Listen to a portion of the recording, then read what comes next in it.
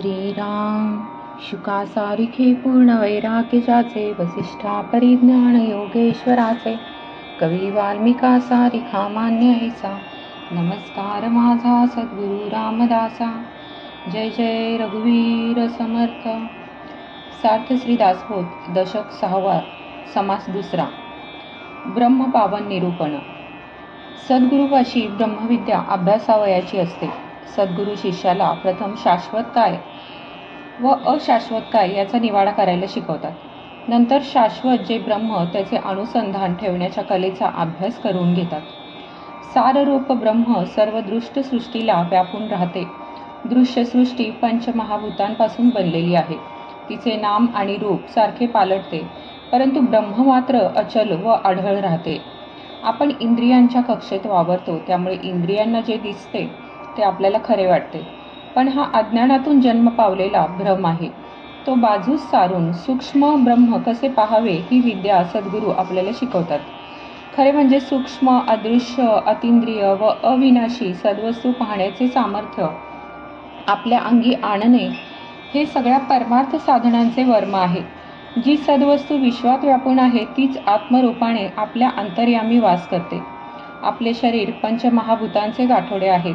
विचाराने ते बाजूस सारले तर स्वस्वरूप शिल्लक उरते. म्हणून श्री समर्थ सांगतात की विवेकाने देहबुद्धीचा बंध उकलावा, स्वरूपानुसंधान ठेवावे, म्हणजे दृश्य आपोआप ओसरू लागते व अखेर मोक्ष सिद्ध होतो.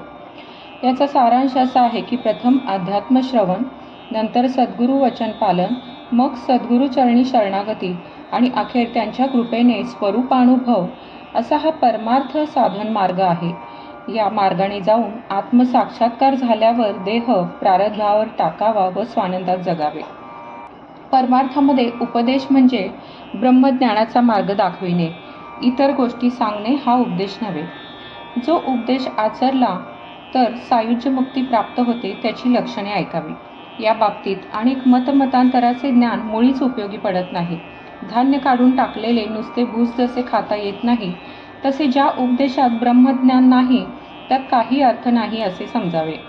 रसरहित कडवा कुटावा किंवा लोणी काढलेले ताक घुसळावे किंवा तांदळाचे धुवन प्यावे किंवा फळांच्या सालीच खाव्या किंवा रसहीन चोयट्या चोखाव्या किंवा खोबरे टाकून नरोट्या खाव्या, हे जसे व्यर्थ श्रम होतात, त्याचप्रमाणे ज्यात ब्रह्मज्ञान नाही तो उपदेश म्हणजे विनाकारण श्रम असतात. शहाणा मनुष्य सार सोडून असाराचे सेवन करीत नाही. ब्रह्म हे सृष्टीचे सार आहे. ते गुणातीत आहे. पंचमहाभूतांनी भरलेले दृश्य विश्व असार आहे. ते गुणमय आहे. त्या सारभूत ब्रह्माचे वर्णन आता समर्थ आपल्याला सांगतात. आता गुणातीत असणारे जे ब्रह्म त्याचे वर्णन सांगतो. श्रोत्यांनी आपले अंतःकरण ऐकण्यास तत्पर करावे. हे सगळे विश्व पंचमहाभूतांपासून रचले आहे, पण ते कायमचे टिकणारे नाही. पृथ्वी, आप, तेज, वायू, आकाश ही पंचमहाभूते आहेत.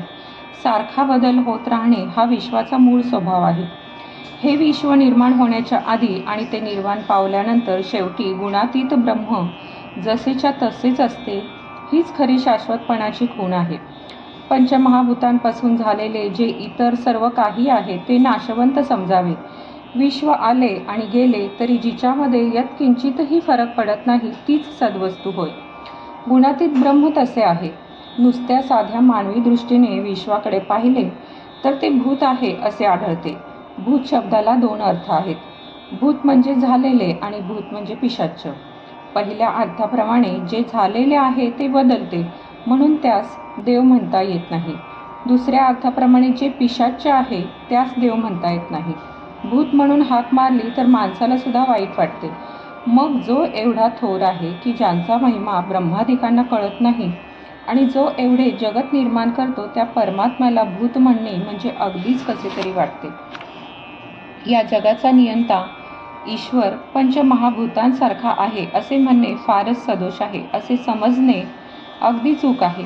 आत्मज्ञानी महापुरुष हे सगळे बरोबर जाणतात. मूळ शुद्ध निर्मळ व गुणातीत परब्रह्माला या विश्वाचा पत्ताही नसतो. पण सच्चिदानंद हा त्या ब्रह्माचा स्वभाव आहे. त्यातील आनंदाला जे स्फुरण असते त्यास माया म्हणतात. मायेमुळे परमात्मा ईश्वर रूपाने माणसाच्या आटोक्यात येतो. मायेमध्ये अनंत शक्ती वास करतात. त्यापैकी प्रकृती ही एक शक्ती आहे. ती हे दृश्य विश्व निर्माण करते. ती स्वतः अव्यक्त असून सर्व व्यक्तांचे मूळ आहे. तिच्यामध्ये 8 अंगे वास करतात. सत्व, रज व तम हे 3 गुण आणि पृथ्वी, आप, तेज, वायू व आकाश ही पंचमहाभूते मिळून प्रकृती बनते. प्रकृती स्वतः विश्वव्यापी असल्याने व्यक्तदशेस येताना तो सर्व व्यापीपणा सामान्य रूपाने कायम ठेवते. म्हणून जगातील यच्चयावत वस्तूंना 2 अंगे असतात. एक सामान्यांचे अंग तर दुसरे विशेषाचे अंग. विशेषाला व्यक्ती किंवा रूप म्हणतात तर सामान्याला जाती किंवा नाम म्हणतात. व्यक्ती किंवा रूप व्यक्त असते, इंद्रियांना दिसते, तर जाती किंवा नाम किंवा सामान्य अव्यक्त असते, बुद्धीला आकलन होते, अव्यक्तामधून व्यक्तरूप धारण करते, काही काल तेथे वावरते व पुन्हा अव्यक्तामध्ये नाहीसे होते. 3 गुण आणि 5 महाभूते यांच्या चौकटीत चालणाऱ्या प्रकृतीच्या या खेळाला दृश्य असे नाव आहे. हे अंतिम सत्य नाही म्हणून प्रत्यक्ष दिसत असले तरी भ्रमरूप आहे. ते बाजूस सारून परमात्म स्वरूपाचा अनुभव घ्यावा लागतो. पृथ्वी, आप, तेज, वायू व आकाश या पंचमहाभूतांना परमात्मा आत बाहेर व्यापून आहे. पंचभूतांचा नाश होतो पण परमात्मा मात्र अविनाशीपणाने तसाच राहतो. जे जे रूप आणि नाम आहे ते सगळे भ्रमरूप आहे. नामरूपांच्या पलीकडे असणारे जे परमात्म स्वरूप रहस्य आहे ते स्वानुभवाने ओळखावे. 5 महाभूते आणि 3 गुण मिळून 8 होतात. अशा 8 प्रकारांनी प्रकृती व्यक्त होते. या अष्टधा प्रकृतीला दृश्य असे दुसरे नाव आहे. निर्गुण ब्रह्म दृश्याच्या पलीकडे राहते. दृश्याचे कोणतेही धर्म त्यास लागू पडत नाही. वेद आणि श्रुती असे सांगतात की हे दृश्य नाशवंत आहे. निर्गुण ब्रह्म तेवढे शाश्वत आहे असे ज्ञानी पुरुष जाणतात. ते ब्रह्म शस्त्राने तोडू म्हटले तर तुटत नाही, विस्तवाने जाळू म्हटले तर जळत नाही, पाण्याने कालवू म्हटले तर कालवले जात नाही. ते वाऱ्याने उडत नाही, ते पडत नाही, ते झडत नाही, ते घडवता येत नाही, ते छपत नाही, त्याला कोणताही रंग नाही. ते सगळ्या पदार्थाहून वेगळेच आहे. पण ते सदा सर्व काळ असल्याशिवाय राहत नाही, ते निरंतर टिकते. ब्रह्म दिसत नाही म्हणून काय झाले? ते सगळीकडे भरून राहिलेले आहे. ते सूक्ष्मपणे जेथे तेथे व्यापलेले आहे. आपल्या दृष्टीला अशी सवय लागलेली आहे की जे दिसेल ते पाहावे आणि खरे मानावे. परंतु जे रहस्य असते ते नेहमी गुप्त असते हे समजावे. जे इंद्रियांना दिसणारे व उघड असते ते असार असते, मिथ्या असते. जे गुप्त असते, सूक्ष्म असते ते सार असते, सत्य असते. गुरुकडून प्रत्यक्ष ऐकलेल्या उपदेशाने हे विवेचन बरोबर कळू लागते. जे बुद्धीला उकलत नाही ते उकलून घ्यावे. जे इंद्रियांना दिसत नाही ते पाहावे. जे कळत नाही ते विवेकाच्या जोरावर समजून घ्यावे. साधना करून सूक्ष्म ब्रह्म पाहण्याचे, अनुभवण्याचे सामर्थ्य अंगी आणावे. त्यासाठी देहाचे कष्ट लागत नाही, मनाचे कष्ट मात्र लागतात. जे गुप्त आहे ते स्वतः प्रगट करून घ्यावे. जे असाध्य आहे, कष्ट साध्य आहे, ते आत्मस्वरूप साध्य करून घ्यावे. जे अवघड आहे त्याचा चिकाटीने सतत अभ्यास करावा. वेद, ब्रह्मदेव आणि शेष ज्या ब्रह्मांचे वर्णन करता करता थकले, अगदी पराभूत झाले, ते परब्रह्म आपण विशेष प्रयत्न करून साधावे. आपण त्याचा साक्षात अनुभव घ्यावा. त्या परमात्म स्वरूपाचा अनुभव येण्यास प्रयत्न कोणता करावा आता समर्थ आपल्याला सांगतात.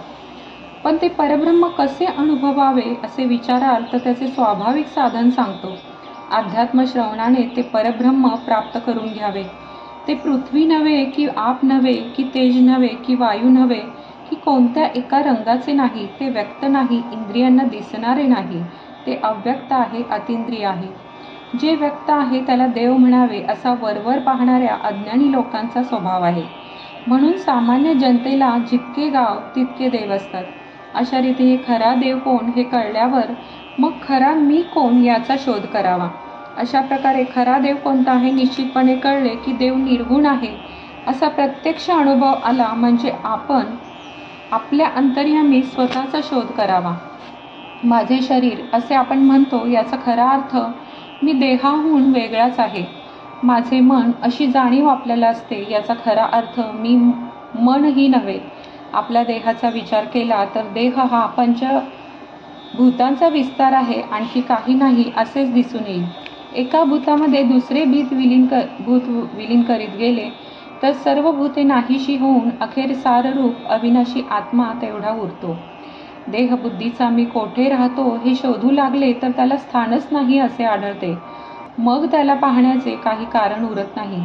ज्या 5 भूतांचा देह बनलेला आहे ती भूते आपल्या ठिकाणी विभागून नाहीशी होतात. आपले शरीर म्हणजे पंचमहाभूते एकत्र बांधून तयार झालेले एक गाठोडे आहे. जर कोणी विचारांच्या साधण्याने ते सोडू लागला तर ते गाठोडे सापडत नाहीसे होते, ते विलीन होऊन जाते. आपले शरीर हे पंचमहाभूतांचे गाठोडे आहे. विचारांनी त्याचे विवरण केले तर आज मीपणाने वावरणारे आपण उरत नाही. फक्त निरंतर टिकणारा आत्मा तेवढा उरतो. जेथे मीपणाला जागाच उरत नाही तेथे जन्म कोणाचा व मृत्यू कोणाचा? तेथे जन्म कसला व मृत्यू कसला? खरे पाहिले तर परमात्मा वस्तूला पाप पुण्याचा स्पर्श होत नाही. पाप पुण्य व यमयातना यांचा निर्गुणांशी काही संबंध नाही. आपला खरा मी निर्गुण आहे, त्यामुळे त्याच्या ठिकाणी जन्म मरणांना स्थान नाही. मी देहच आहे ही दृढ भावना आपल्या बंधनास कारण होते. विवेकाने ती उकलावी. मी निर्गुण आत्मा आहे असे विवेकाने ध्यानात आल्यावर त्याचे अखंड अनुसंधान ठेवण्याचा अभ्यास करावा. त्यातून स्वस्वरूपा अनुभव उदय पावतो. आत्मज्ञानाने आत्मस्वरूप झाल्यावर देह प्रारब्धावर सोडून स्वानंदात राहावे. अशा रीतीने देव आणि भक्त यांचे ऐक्य घडून येते. मी देहच आहे या दृढ भावनेने जीव बांधलेला असतो. विवेक केल्याने त्या बंधनातून तो मोकळा होतो. देहबुद्धी सुटून तो देहाच्या पलीकडे गेला म्हणजे मोक्षपदास पोहोचतो. निर्गुण आत्मा हाच खरा मी आहे असा साक्षात अनुभव येणे म्हणजे जन्माचे सार्थक होय. परंतु हा अनुभव येण्यास पुन्हा पुन्हा विवेक करावा लागतो. झोपेतून जागे झाल्यावर स्वप्न जसे आपोआप फिरते तसे सारखा विवेक केल्याने दृश्य ओसरू लागते. स्वस्वरूपाच्या अनुसंधानाने जीव तरतो. संधानाच्या मागे मागे राहणे याचे नाव अनुसंधान. स्वस्वरूप किंवा आत्मस्वरूप हे आपले संधान होय. त्याच्या मागे राहणे म्हणजे त्याचे सारखे चिंतन करणे. सतत चिंतनाने मन तदाकार होते. अखेर मी आत्मस्वरूप आहे असा साक्षात्कार होतो. आपण स्वतःला स्वस्वरूपात लीन करावे. विवेकाच्या अभ्यासाने आपण स्वस्वरूपाहून वेगळे उरूच नये. स्वस्वरूपात लीन होण्याच्या या अवस्थेला आत्मनिवेदन म्हणतात. प्रथम अध्यात्म श्रवण करावे, मग श्री सद्गुरूंच्या चरणांची सेवा करावी. पुढे श्री सद्गुरूंच्या कृपा प्रसादाने आत्मनिवेदन साधावे. आत्मनिवेदन झाल्यावर निव्वळ शाश्वत आत्मवस्तू तेवढी उरते आणि मी व आत्मा एकच आहोत असे ज्ञान होते. श्रवण, मनन, निदिध्यास व साक्षात्कार ही 4 पायऱ्यांची उपनिषदसिद्ध परमार्थ साधनाच श्री समर्थांनी निराळ्या शब्दात येथे सांगितली आहे. त्या आत्मज्ञानाने जीव ब्रह्मरूपच होतो. त्याचे संसारातील दुःख नाहीसे होते. नंतर देह प्रारब्धावर सोडून तो मनाने स्वस्थ राहतो. ज्ञानाची काय किंवा अज्ञानाची काय, जीवन यात्रा प्रारब्ध गतीने चालते. आत्मज्ञानी पुरुषाला ते समजते, अज्ञानी पुरुषाला ते कळत नाही. म्हणून ज्ञान झाल्यावर ज्ञानी पुरुष आपला देह प्रारब्धाच्या स्वाधीन करतो. सारांश याला आत्मज्ञान म्हणतात. आत्मज्ञानाने समाधान मिळते. जीव परब्रह्मामध्ये विलीन होऊन एकरूप होतो, तो खरा भक्त बनतो. आता जे व्हायचे असेल ते होऊ दे, जे जायचे असेल ते जाऊ दे, अशी मनाची निर्भय व निश्चित अवस्था होते. जन्म मरणाचे भयच मुळी मनातून सर्वस्वी नाहीसे होते. संतांच्या संगतीचा लाभ झाला म्हणजे मुख्य देवाची ओळखण होते. ती झाली की देव आणि भक्त एकरूप होतात आणि मग या संसारामधील हिसकाहिसकी विराम पावते. इति श्री दासबोधे गुरु शिष्य संवादे ब्रह्मपावन नाम समास दुसरा समाप्त. जय जय रघुवीर समर्थ. तुम्हाला हा व्हिडिओ आवडल्यास कमेंट, लाईक, शेअर करा आणि हे चॅनल पुढच्या व्हिडिओसाठी सबस्क्राईब करायला विसरू नका. धन्यवाद. श्रीराम.